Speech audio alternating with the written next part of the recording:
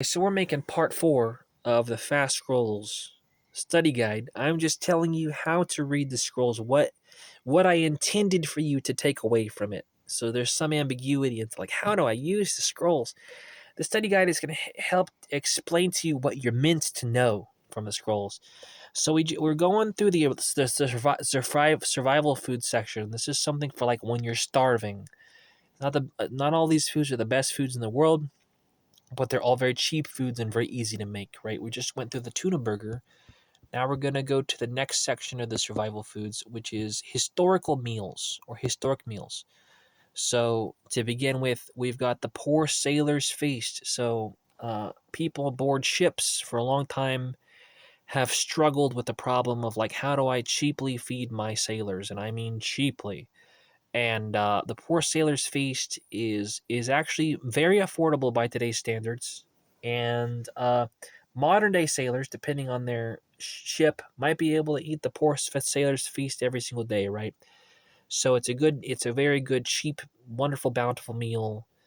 And then I have a few other historical meals that essentially are just bountiful meals that are very good.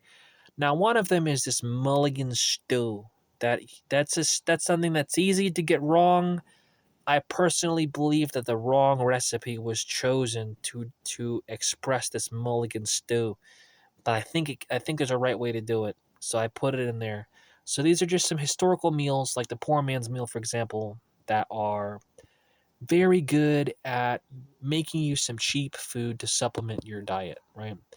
Then we have dessert. So for dessert, we have oatmeal, and it teaches you how to make sweet, wonderful, flavorful oatmeal that tastes just like breakfast cereal. And we have the peanut butter and jelly sandwich, the tried and true, cheap and tasty meal. So then we have food hacks. So in the emergency food section, we have a food hacks section that starts with guerrilla gardening. So guerrilla gardening is kind of the idea of like, okay, let's say that there's like a place somewhere in your town that like no one cares about this place and everything grows wild. There's no one stopping you from going there and planting onions there and coming back later and getting them. Now, if the soil is not safe, that can be a problem. If you're on someone else's property, obviously you got to respect other people's property. But if you're like anywhere away from the city a ways, there's places all around you where you could be growing all kinds of food just where you're not supposed to. It's kind of illegal, but it's not that illegal to illegally grow food. And it's something where, like, if push comes to shove and people are starving, of course you're going to be planting potatoes in random places and coming back and getting them later because you're starving, right? So that's guerrilla gardening. It's just gardening where you're not supposed to because you don't have any land because of the debtor system. So then we got a cheaty $0 food hack. I guess I'll explain that. It's the idea that once you got a bunch of cheap food in your house of a good variety, a bunch of cheap food that's like a good variety of different stuff, then you don't have to buy food for a long, long time, and you can forget about your food bill. And for a while, your food bill doesn't exist, and you can just live in La La Land. And so you got to get into the food economics. The next thing is the mat paquet.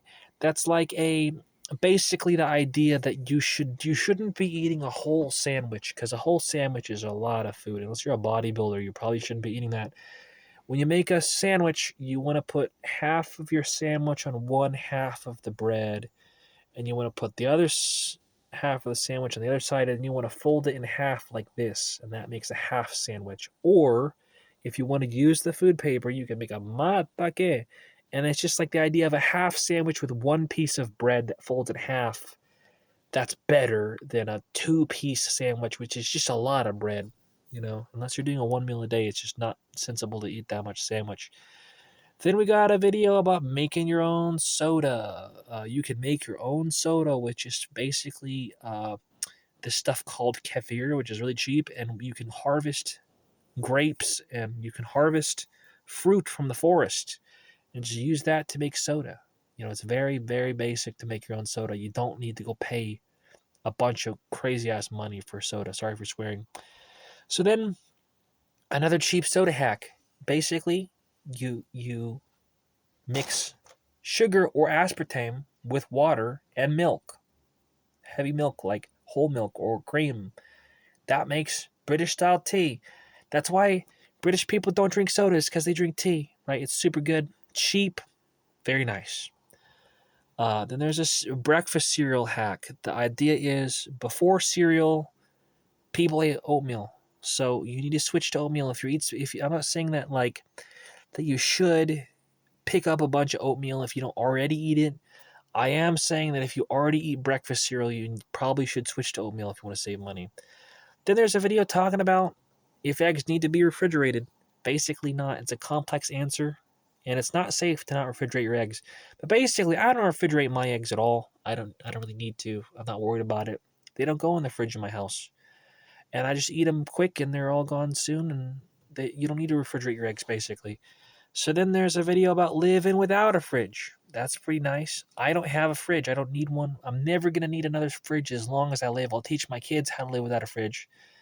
Great way to save money. A huge headache is gone out of my life is this whole fridge situation. I never have to worry about it again in terms of my solar setup, in terms of my batteries. I never have to power a fridge. I never have to pay for the power for a fridge.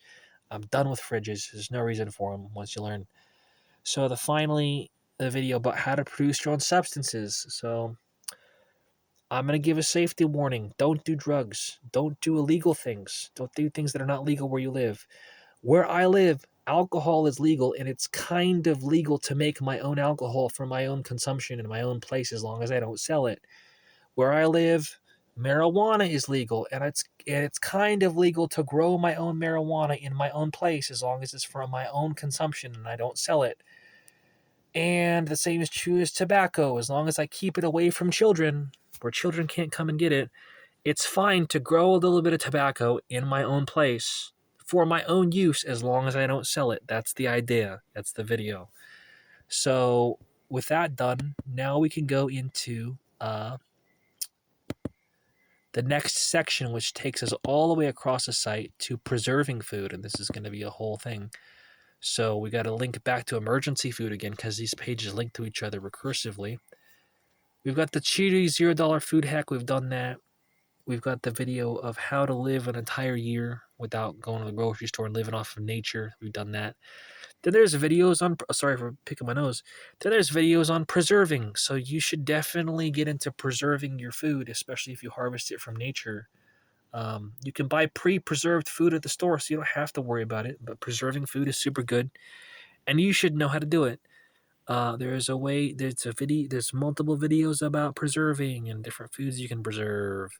How to preserve eggs, how to preserve meat so that you can have fatty meat in the event of the apocalypse, how to make beef jerky, how to preserve bread, how to preserve jerky again.